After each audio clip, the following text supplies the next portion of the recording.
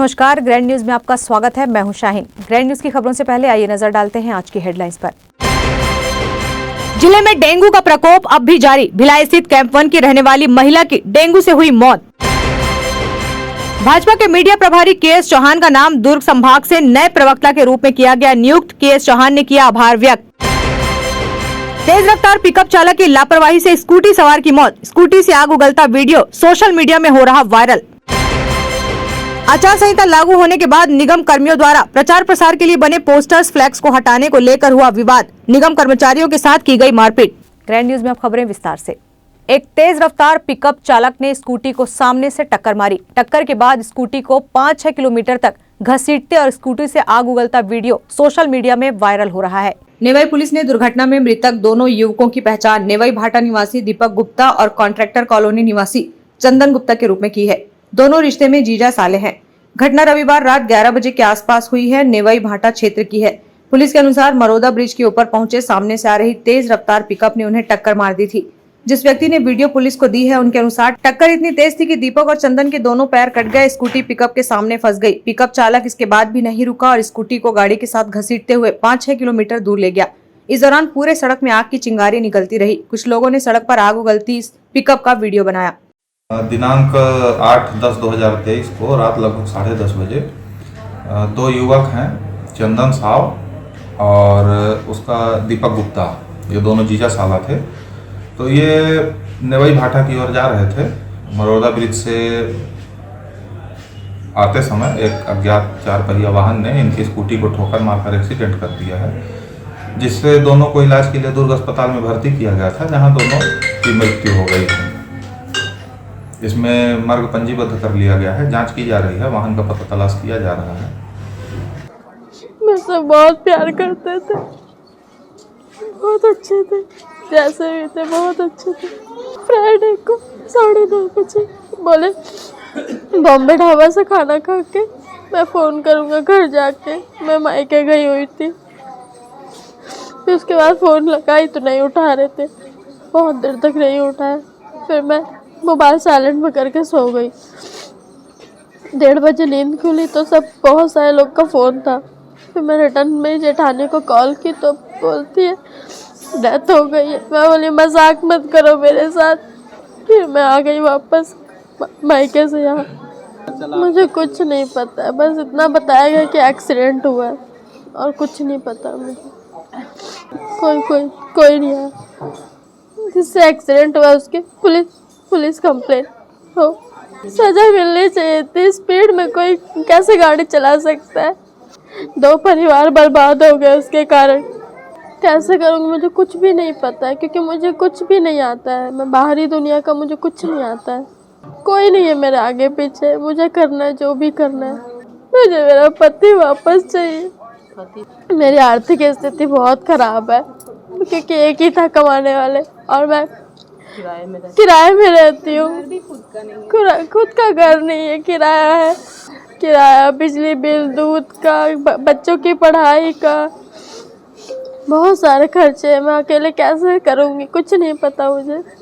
परिवार वालों ने आशंका जताई है कि दीपक गुप्ता कोऑपरेटिव संचालक था और चंदन बर्तन बेचता था। उन्हें आशंका है कि जिस पिकअप ने उन्हें टक्कर मारी है वो चावल तस्कर की थी, इसलिए पुलिस भी उन पर हाथ नहीं डाल रही है। Bureau report, grand news. Durg के वार्ड क्रमांक 4 में एयरटेल कंपनी का टावर लगाया जा रहा है। इसके विरोध में वार्ड के लोगों ने जिला कलेक्टर के नाम ज्ञापन सौंपा। दुर्ग के वार्ड क्रमांक 4 में एयरटेल कंपनी का टावर लगाया जा रहा है, जिसके विरोध में वार्ड 4 के लोग जिला मुख्यालय पहुंचे और टावर लगाने का विरोध किया। वार्ड 4 के लोगों का कहना है कि टावर लगने से वार्ड वासियों को काफी परेशानियां होगी, इसलिए उक्त स्थान पर टावर न लगाया जाए। अपनी समस्या को लेकर पहुंचे वार्ड 4 के लोगों ने संबंधी अधिकारी को ज्ञापन सौंपा है। देखिए, हमारे वार्ड क्रमांक 4 शिवनगर में एयरटेल कंपनी द्वारा केसरबाई साहू नाम की जो महिला है उनके यहाँ पर टावर लगाने का परमिशन कंपनी द्वारा लिया गया है। चूँकि मोहल्लेवासी को इनकी जानकारी नहीं थी, जब टावर लगाने का काम शुरू हुआ तो मोहल्लेवासियों ने विरोध किया। विरोध के बाद कंपनी ने काम बंद कर चल दिया था 10 दिन पहले। लेकिन आज अचानक करीब 1 दर्जन से अधिक अपने कर्मचारियों को और अपने जो गुंडा तत्व जैसे लोग हैं जो बताए जा रहे हैं उनको लेकर आ गए और बलपूर्वक काम शुरू कर दिया। और काम जब शुरू हुआ तो मोहल्लेवासी ने आपत्ति किया तो उन लोगों ने मोहल्लेवासी को धमकाने लग गए। टावर लगाने के विरोध में उनके परिजन भी हैं, जो मकान मालकिन है उनके परिजन भी है। अगर मोहल्लावासी विरोध है तो हम भी चाहते हैं कि मत लगे टावर। लेकिन कंपनी के कर्मचारियों का कहना है कि हम ज़बरदस्ती लगाएंगे, हमारा परमिशन है कलेक्टेड। इस विषय को लेकर काफ़ी बहस हुई, मामला गर्म हो गया, पुलिस फोर्स भी आया, मुझे जानकारी मिली, मामला उग्र हुआ तो मैंने शांत करवाया और सबको लेकर हम सब यहाँ पर कलेक्टेड आए हैं। यहाँ पर जिला प्रशासन को ज्ञापन देकर जो अनुमति मिली है टावर की, उसको रद्द करने की मांग किया गया है। और चूँकि मोहल्लावासियों का कहना है कि कंपनी के कर्मियों ने इन्हें गाली गलौज किए हैं, तो उनकी अभी थाने में लिखित शिकायत भी करा रहे हैं। अभी टावर के मामले में मैं बोलने के लिए गया था कि टावर नहीं लगाना है करके, तो टावर विरोध करने के बोलते कि ये मेरे को धमकी हाथापाई भी हो गए और धमकी भी लगा, बोल रहे थे कि टीआई को बात पे बुला रहा हूँ, डीआई को बुला रहा हूँ, एसपी को बुला रहा हूँ, कलेक्टर को ऑफिस ऐसा है वैसा है करके। तो अपने को वहाँ पे टावर नहीं लगवाना है। एयरटेल टावर है कंपनी की तरफ से और केसर भाई साहू की तरफ से वहाँ उसके बिल्डिंग में लगा रहे हैं टावर, तो अपने को वहाँ पे टावर नहीं लगाना है, उसके लिए विरोध किया। वहाँ क्या बोला गया कि यहाँ पे टावर लगाने हैं, हम लोग को 10 दिन पहले और आए थे, तो 2 दिन चले गए, 10 दिन बाद, फिर 10 दिन बाद अभी आ रहा है, फिर उसके बाद अभी मिले नहीं, अभी पेपर दिए अंदर, अभी जवाब मिला ही नहीं वहाँ से। मीता साहू मैं हूँ। अपने घर में टावर लग रहा है तो मोहल्ले वाले ऑब्जेक्शन उठा रहे हैं वार्ड नंबर 4 में, तो मेरे को मोहल्ले वाले के साथ रहना है, तो मेरे को मोहल्ले वाले की समिति यानी उनका वो चाहिए मेरे को। इसी काम में आई हूँ यहाँ मोहल्ले वाले लोगों के साथ कि टावर नहीं चाहिए बोल रहे हैं। Bureau report, grand news. आचार संहिता लागू होने के एक दिन बाद से ही चुनावी माहौल गर्मा गया है। दुर्ग जिले के सेक्टर 7 क्षेत्र में दीवारों पर लिखे राजनीतिक स्लोगन हटाने की बात को लेकर कुछ लोगों ने निगम कर्मचारियों के साथ मारपीट कर दी। निगम कर्मियों की शिकायत के बाद 10 लोगों के खिलाफ केस दर्ज कर पुलिस ने 2 लोगों को हिरासत में लिया है। दरअसल आचार संहिता लगते ही नगर पालिक निगम भिलाई क्षेत्र में सड़कों और दीवारों पर राजनीतिक दलों के बैनर, पोस्टर, फ्लैक्स को निगम द्वारा हटाकर पार्टियों के प्रचार प्रसार हेतु बने चित्र और प्रचारक नारों पर भी पुताई करवाई जा रही थी। इसी दौरान सेक्टर 7 के ओवरब्रिज के पास निगम के कुछ कर्मचारियों द्वारा ये काम किया जा रहा था। तभी अचानक वहां 2 लोग आ गए और निगम के कर्मचारियों को ऐसा करने से रोकने लगे और बदतमीजी पर उतर आए। इसके बाद दोनों युवकों ने निगम कर्मचारियों के साथ मारपीट कर दी। बताया जा रहा है कि ये दोनों युवक भाजपा के समर्थक हैं। निगम की टीम को दीवार पर बने भाजपा की वॉल पेंटिंग पर पुताई करता देख इन्होंने उनके साथ मारपीट शुरू कर दी। वहीं भिलाई महापौर नीरज पाल ने कहा कि मेरी सभी राजनीतिक दलों से गुजारिश है, ऐसी किसी भी प्रकार की घटना होने से बचें। देखिए, आज दोपहर में नगर निगम के कर्मचारियों के साथ जो सेक्टर 7 वाला रेलवे ब्रिज है उसके पास मारपीट हुई, जो कि कर्मचारियों की गलती ये थी कि वो अपने वरिष्ठ अधिकारियों के आदेशों का पालन कर रहे थे। वो छोटे कर्मचारी जो संपत्ति विरूपण की कार्रवाई कर रहे हैं आचार संहिता लगने के बाद, आज उनको आप देखते तो वो रो रहे थे आकर। जिस तरीके से उनको मारा गया, गाली गलौज की गई, उनकी गलती क्या है? वो शासन प्रशासन का आदेश मान रहे हैं। अगर ऐसी बात है और इसमें अगर मारपीट होती है और उसमें भारतीय जनता पार्टी के लोग इस तरह की हरकत करते हैं, तो ये बहुत ही निंदनीय और मैं कड़ी शब्दों में इसकी निंदा भी करता हूँ। और मैं शासन प्रशासन से भी आग्रह करता हूँ कि ऐसी दोबारा कोई बात ना हो, इसकी जिम्मेदारी भी शासन को लेनी पड़ेगी। नहीं तो नगर निगम के कर्मचारी मार खाने के लिए थोड़ी जाएंगे भाई, वो उन्हीं आदेशों का पालन कर रहे हैं जो उनका उसके अधिकारी उनको दे रहे हैं और वो फील्ड में जाके मार खाते हैं। ये अच्छी बात तो नहीं। और मैं ऐसे राजनीतिक दल जो इस तरह की हरकतें करते हैं, जो आज जो कार्रवाई हुई है भारतीय जनता पार्टी से जितने भी जुड़े हुए लोग हैं और जो कार्यकर्ता हैं जिन्होंने गाली गलौज की है, माँ बहन की गालियाँ बकी, गंदी गंदी गालियाँ बकी और मारपीट की है, ऐसे लोगों को ये समझना चाहिए कि ये शहर भिलाई जो है ये हमेशा शांति से यहाँ इलेक्शन हुए, यहाँ कभी ऐसी कोई बात नहीं हुई। और भिलाई का वातावरण वैसे भी ये दूषित करने वाला बात है, इस तरह की कोई बात नहीं होनी चाहिए। वहीं भिलाई नगर थाना प्रभारी मनोज प्रजापति ने बताया कि स्वच्छता निरीक्षण सागर दुबे और सहायक स्वच्छता अधिकारी शशांक शेखर सेक्टर 7 में ओवरब्रिज के पास दीवारों पर लिखे स्लोगन हटा रहे थे। उस दौरान भाजपा नेता के स्लोगन को हटाने पर कुछ लोगों ने विरोध किया। निगम कर्मचारियों का आरोप है कि उन्होंने उनके साथ मारपीट और गाली गलौज की। पुलिस ने टी शंकर समेत करीब 10 लोगों के खिलाफ मामला दर्ज किया है और टी शंकर और डेनिल को गिरफ्तार कर लिया गया है। ये मामला सेक्टर 7 ओवरब्रिज के पास का मामला है, जहाँ पर नगर निगम के कर्मचारी वहाँ पर लगे बोनर पोस्टर को आचार संहिता के तहत मिटा रहे थे। तो इसी दौरान 2 लोग गाड़ी से आए और उनके साथ बदतमीजी करने लगे और उनके साथ मारपीट भी किए। तो उनको लाकर अभी यहाँ रखा गया है तथा उनके खिलाफ अभी कार्रवाई की जा रही है। Bureau report, grand news. वक्त हो चला है एक ब्रेक का, आप देखते रहिए ग्रैंड न्यूज।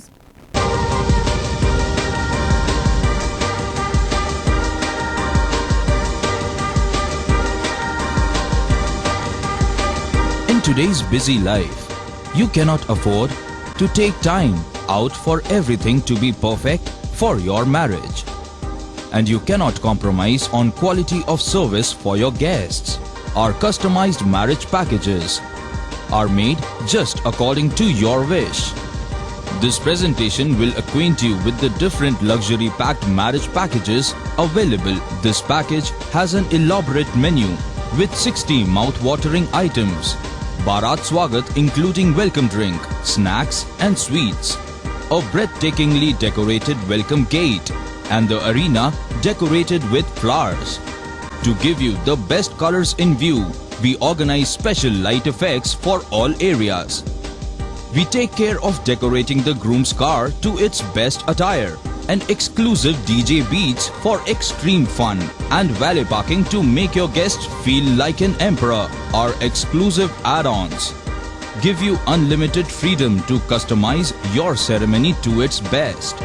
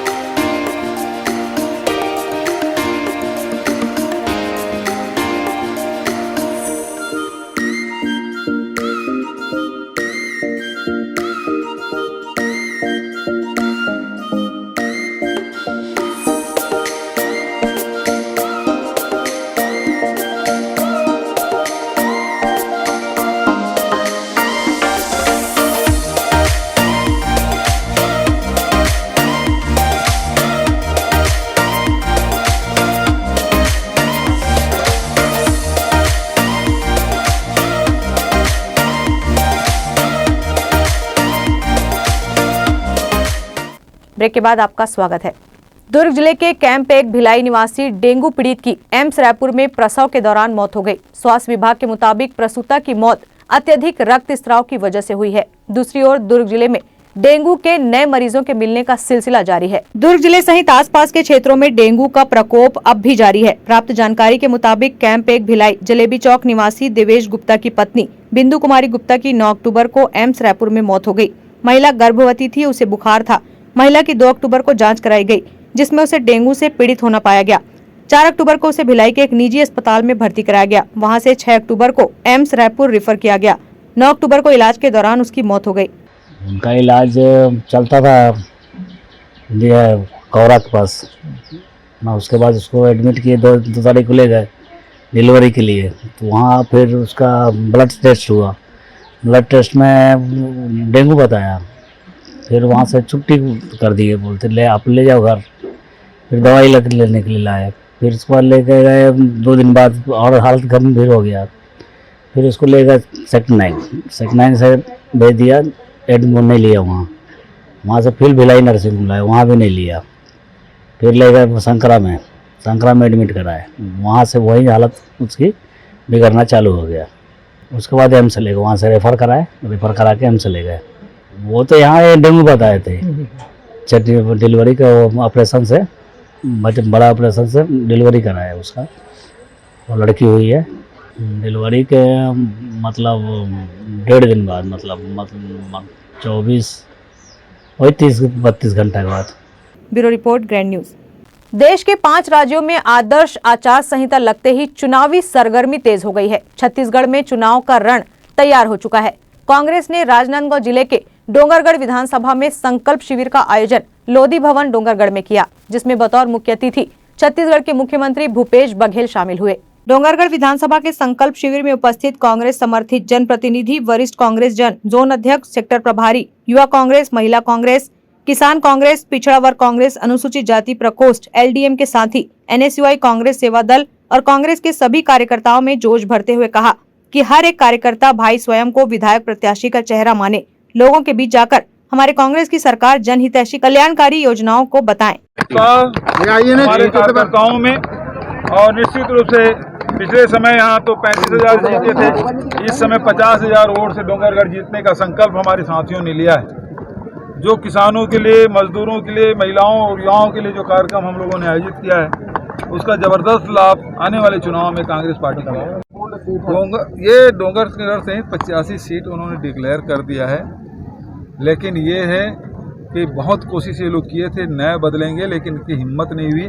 वही सब पुराने चेहरे हैं, वही रमन सिंह है, वही प्रेम प्रकाश पांडे हैं, वही ब्रिजमोहन है, वही अमर है, वही राजेश मुनत है, वही केदार कश्यप है, वो विष्णु देव साहब, वही सब चेहरे हैं, कोई नया चेहरा नहीं है। 15 साल से जो इसकी सरकार रही है, जो लूटे छत्तीसगढ़ के, वही सब चेहरे हैं, तो इनके पास अब कोई चेहरा बचा नहीं। छत्तीसगढ़ में 15 साल भारतीय जनता पार्टी की सरकार रही, जिसमें गरीब जनता गरीब होती गई, वहीं अमीर और अमीर होता गया। जबकि कांग्रेस की 5 साल की सरकार में गरीबी रेखा से बाहर आई और छत्तीसगढ़ में गरीबी रेखा की संख्या भी घटी है। कांग्रेस की सरकार गरीबों, किसानों, आदिवासियों की सरकार है। इसी प्रकार जितने भी कार्य कांग्रेस के द्वारा अब तक किए गए हैं, उनमें से एक भी भाजपा द्वारा अब तक नहीं किया गया। और ये वक्त तो ऐसे है कि चुनाव आगे 1 नवंबर के देविए हम जानत रहे ना 4 सीट तक लगी, हम 28 सितंबर के दे देंगे। खड़गे साहब वही जाके बटन चपक साहब की किसान के खाता में जाना चाहिए पैसा 1 नवंबर की पहली हो गए नहीं सर, किसान के खाता में पैसा। अब ओकर बाद भी कहा थे राम के नाम से वोट लेवा थे, नोट पावा थे। हम 2260 किलोमीटर विकसित भी करा था राम जी के, और बड़ा भारी मूर्ति रांची में लगा दें, चंदपुरी में लगा दें, चंपारण में लगा दें, शिवरी नारायण में लगा दें, रामगढ़ में लगा दें, और सीतामढ़ी, कोरिया जिला, सब जगह भगवान की मूर्ति और सब विकसित कर। हम राम के नाम से वोट नहीं मांगे, काबल कि हमार तो राम कण कण में है, जन जन में है। हम सूत कुटन तब राम, सुतन तब राम, कोनो मिलथन तब राम, काको विदा होतन तब राम। अभी धान लोई आ थे, राज बांधो नापो काठा में, अब तो पूरा आ गए। नहीं पहले मन जाना था काठा नापे तो एक नहीं कहा था राम का। बोनस चुनाव साल में हम तो कोरोना हुई न, कोरोना दुनिया में व्यापार व्यवसाय ठप, हमारे छत्तीसगढ़ में खदान बंद, दुकान बंद, ट्रांसपोर्टिंग बंद, सब बंद। ओकर बाद भी राहुल गांधी जी तुम्हारे से वादा कर रही से हमारी सरकार आई 2500 रुपये में धान खरीद दो, लेकिन वो वादा पूरा करें। कोरोना काल में भी हमारी सरकार किसान के साथ, मजदूर के साथ, गरीब के साथ खड़े रही से। 4 किस्त दे पैसा, लेकिन किसान लोग पैसा दे में। जहां भारतीय जनता पार्टी ने अपने 90 उम्मीदवारों को टिकट दे दिया है, जबकि कांग्रेस अभी भी अटकलें लगाए रखा है कि इसी बीच संकल्प शिविर आयोजित किया गया। Bureau report, grand news. Durg विधानसभा चुनाव 2023 के मद्देनजर छत्तीसगढ़ भाजपा पार्टी ने प्रवक्ताओं की नई सूची जारी की है, जिसमें छत्तीसगढ़ के सभी संभागों से 21 नए प्रवक्ताओं को शामिल किया गया है। भारतीय जनता पार्टी छत्तीसगढ़ के प्रदेश अध्यक्ष अरुण साव ने मीडिया में पार्टी का पक्ष रखते हुए पार्टी प्रवक्ताओं की टीम का विस्तार करते हुए 21 नए प्रवक्ताओं की नियुक्ति की गई, जिसमें दुर्ग संभाग से सिर्फ एक नाम है, जिसमें दुर्ग संभाग से प्रखर प्रवक्ता के रूप में KS चौहान को इस सूची में शामिल किया गया है। इस संदर्भ में पार्टी का आभार व्यक्त करते हुए नवनियुक्त प्रवक्ता KS चौहान ने मीडिया से चर्चा करते हुए कहा कि मुझे नवीन दायित्व के रूप में भारतीय जनता पार्टी छत्तीसगढ़ के प्रदेश प्रवक्ता की जिम्मेदारी देने पर प्रदेश अध्यक्ष अरुण साव सहित समस्त वरिष्ठ नेतृत्व का सहृदय आभार व्यक्त करता हूं। Bureau report, grand news. Grand news की खबरों में फिलहाल इतना ही। अब इजाजत दीजिए, नमस्कार।